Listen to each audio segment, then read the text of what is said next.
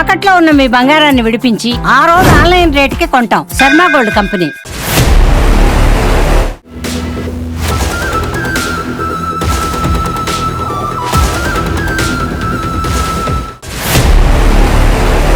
Yes, నమస్తే. నేను విజయ్. ప్రస్తుతం నేను ధర్మస్థలంలో ఉన్నాను. ధర్మస్థలంలో ఇప్పటికే ఇక్కడ నడుస్తున్నటువంటి వివాదం గురించి అందరికీ కూడా తెలుసు. అయితే ముఖ్యంగా 13 ప్రాంతాల్లో తవ్వకాలని ప్రారంభించారు. ఇప్పటి వరకు కూడా 8 ప్రాంతాల్లో తవ్వకాలని పూర్తి చేశారు. అందరూ కూడా ఆసక్తిగా ఎదురు చూస్తున్నటువంటి లొకేషన్ అండ్ స్పాట్ 13వ స్పాట్ నెంబర్ 13. ఎగ్జాక్ట్గా నేను అక్కడే ఉన్నాను. ఇదే స్పాట్ నెంబర్ 13. ఇదే చివరగా వెలికి తీసేటువంటి తవ్వేటువంటి స్పాట్ కూడా ఇదే. ఈ స్పాట్ దాదాపుగా మనకి ఇక్కడ చూస్తే దాదాపు ఒక 50 అడుగుల పొడవు, అదేవిధంగా మరొక 30 అడుగుల వెడల్పు ఇక్కడ చాలా స్పష్టంగా కనిపిస్తుంది. సో ఇక్కడ మనం చూసినట్లయితే ఇది నిజంగా అంటే ఒక రకంగా చెప్పాలంటే చాలా పెద్ద ప్లేస్. ఇప్పటి వరకు ఉన్నటువంటి ప్లేసెస్ అన్నీ కూడా కేవలం 6 అడుగుల వెడల్పులో ఉన్నటువంటి ఒక చదరపు ఆకారంలో ఉన్నటువంటి ప్లేసెస్లో మాత్రమే తవ్వకాలు జరిపారు.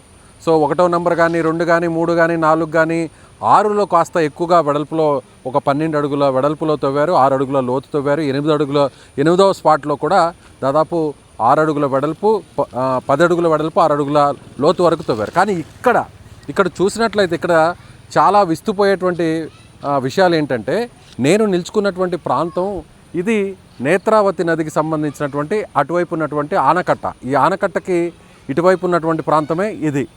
ఎస్, ఇక్కడ చూడొచ్చు 13వ నెంబరు ప్రాంతం. ఇక్కడ ఒక ఫెన్సింగ్ను కూడా పోలీసులు ఏర్పాటు చేయడం జరిగింది. సో వర్క్ ఇన్ అనేటువంటి ఒక లేబుల్తో ఒక కాషన్ వర్క్ ఇన్ ప్రోగ్రెస్ అనేటువంటి ఒక కాషన్తో ఉన్నటువంటి ఫెన్సింగ్ను కూడా ఇక్కడ రోప్స్ను కూడా ఏర్పాటు చేశారు. దీన్ని దాటి లోపలికి ఎవరు కూడా పోకూడదు. సో చివరిగా ఉండేటువంటి అత్యంత పెద్ద ట్విస్ట్ ఉన్నటువంటి ప్లేసెస్ ఇదే 13వ నెంబరు స్పాట్. ఈ స్పాట్లోనే పదుల సంఖ్యలో దాదాపుగా 50కి పైగా మృతదేహాలు ఉన్నాయనేది అందరూ కూడా చర్చించుకుంటున్నారు. సో ఇది నేరుగా అటువైపు చూసినట్లయితే మెయిన్ రోడ్ మనకు కనిపిస్తుంది. ఇది ధర్మస్థలకి దేవస్థానానికి వెళ్ళేటువంటి మెయిన్ రోడ్. ఆ బస్సు వెళ్తున్నటువంటిది కానీ, లేదా అటువైపు నుంచి నేరుగా ఇటు స్నానఘట్టాలు, అంటే ముఖ్యంగా స్నానఘట్టాలు దాటుకున్న తర్వాత నేను నిల్చుకున్నటువంటి ఈ ప్రాంతానికి ఎడమ వైపున వేడి నీళ్ళు, ఎవరైనా స్నానం చేసిన తర్వాత వేడి నీళ్ళతో స్నానం చేయడం కోసం ఇక్కడ సపరేట్గా కొన్ని ఆ ప్లేసెస్ని ఏర్పాటు చేశారు. అక్కడ వేడి నీళ్ళని అమ్ముతున్నారు. ఆ వేడి నీళ్ళని తీసుకొచ్చి అక్కడ స్నానం చేసే వారి కోసం ప్రత్యేకంగా ఆ ప్లేస్ ఉంటుంది.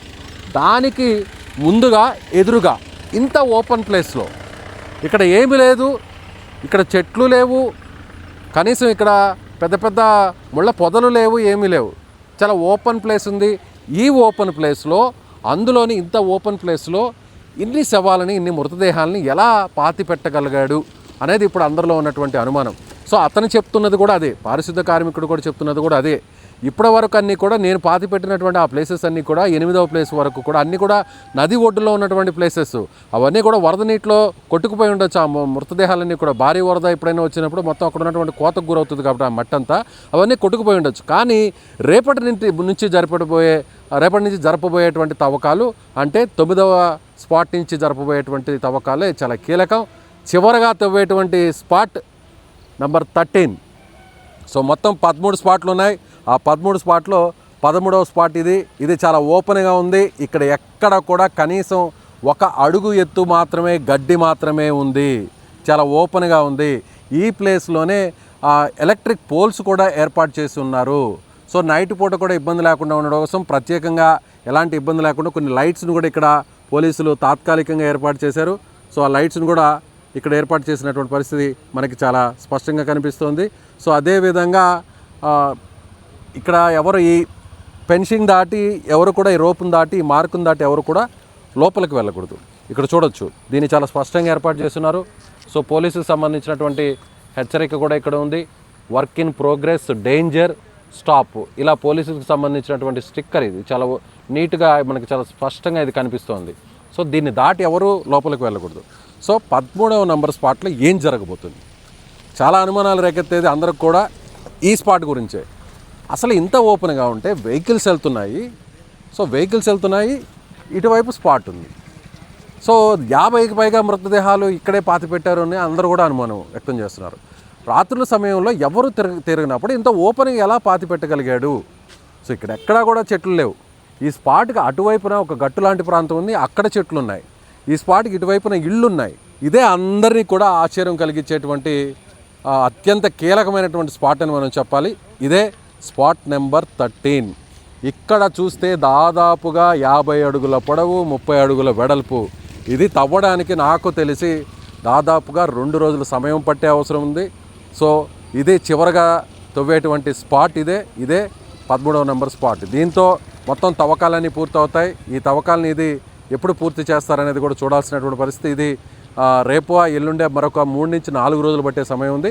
ఇప్పటి వరకు తవ్వినటువంటి 8 స్పాట్లలో 6వ స్పాట్లో 2 మృతదేహాలకు సంబంధించినటువంటి అస్థిపంజరాలు లభ్యమయ్యాయి. సో ఇక మిగిలిన మరొక చోట అదే స్పాట్లో 6వ స్పాట్లోనే కొన్ని ఎముకలు కూడా స్వాధీనం చేసుకున్నట్లుగా తెలుస్తుంది. ఇక 7, 8లో ఎలాంటి అవశేషాలు దొరకలేదు, ఎలాంటి ఆధారాలు కూడా లభించలేదు. సో రోడ్డు పక్కన నుంచి ఇప్పటివరకు తవ్వినటువంటి స్పాట్స్ అన్నీ ఒక ఎత్తు, ఇక మీద తవ్వేటువంటి స్పాటు ఒక ఎత్తు. ఎందుకంటే ఇది రోడ్డు ఇక మీద తవ్వే స్పాట్స్ అన్నీ కూడా రోడ్డుకి పక్కన ఉన్నటువంటి అటవీ ప్రాంతంలోనే. అక్కడెక్కడ కూడా వరద వచ్చేటువంటి అవకాశం లేదు. ల్యాండ్ స్లైడింగ్ కానీ మట్టి జారిపోయేటువంటి మృతదేహాలు వరదలో కొట్టుకుపోయేటువంటి అవకాశం లేని స్పాట్స్ రేపటి నుంచి తవ్వబోతున్నారు. అన్నిటికంటే కూడా చివరగా తవ్వేటువంటి లొకేషన్ అండ్ స్పాట్ ఇది నెంబర్ 13. సో చూద్దాం ఏం జరుగుతుందో. ఆ వ్యక్తి చెప్పినట్టుగా సో 100కు పైగా శవాలని నిజంగానే పాతి పెట్టాడా, మహిళల్ని, అమ్మాయిల్ని, బాలికలను నిజంగానే పాతి పెట్టాడా, స్కూల్ యూనిఫామ్తో ఉన్నటువంటి పిల్లల్ని కూడా పాతి పెట్టింది ఇక్కడే అనేటువంటి విషయం కూడా అందరూ కూడా చర్చించుకుంటున్నారు. సో చిన్నపిల్లలందరూ కూడా పాతి పెట్టింది ఇక్కడే ఉండొచ్చు అనేటువంటి కొన్ని చర్చలు కూడా జరుగుతున్నాయి. సో ఇప్పటివరకు అఫీషియల్గా ఎలాంటి అనౌన్స్మెంట్ అయితే సిట్ నుంచి రాలేదు.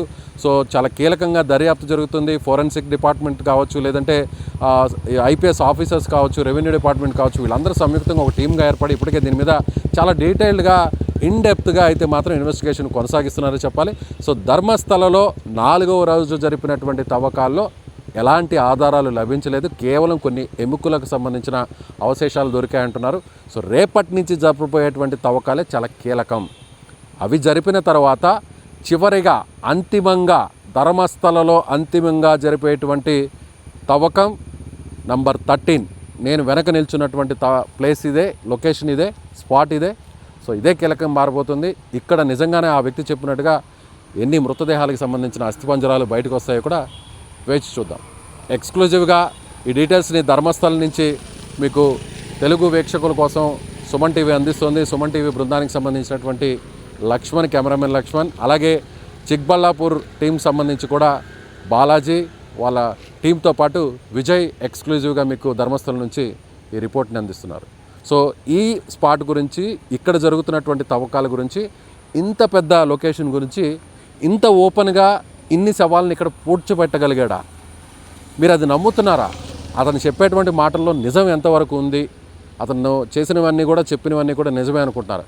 ఖచ్చితంగా ఈ స్పాట్ను చూశాక మీకేమనిపిస్తుందో మీ అభిప్రాయాన్ని కామెంట్ బాక్స్లో ఖచ్చితంగా తెలియచేయండి.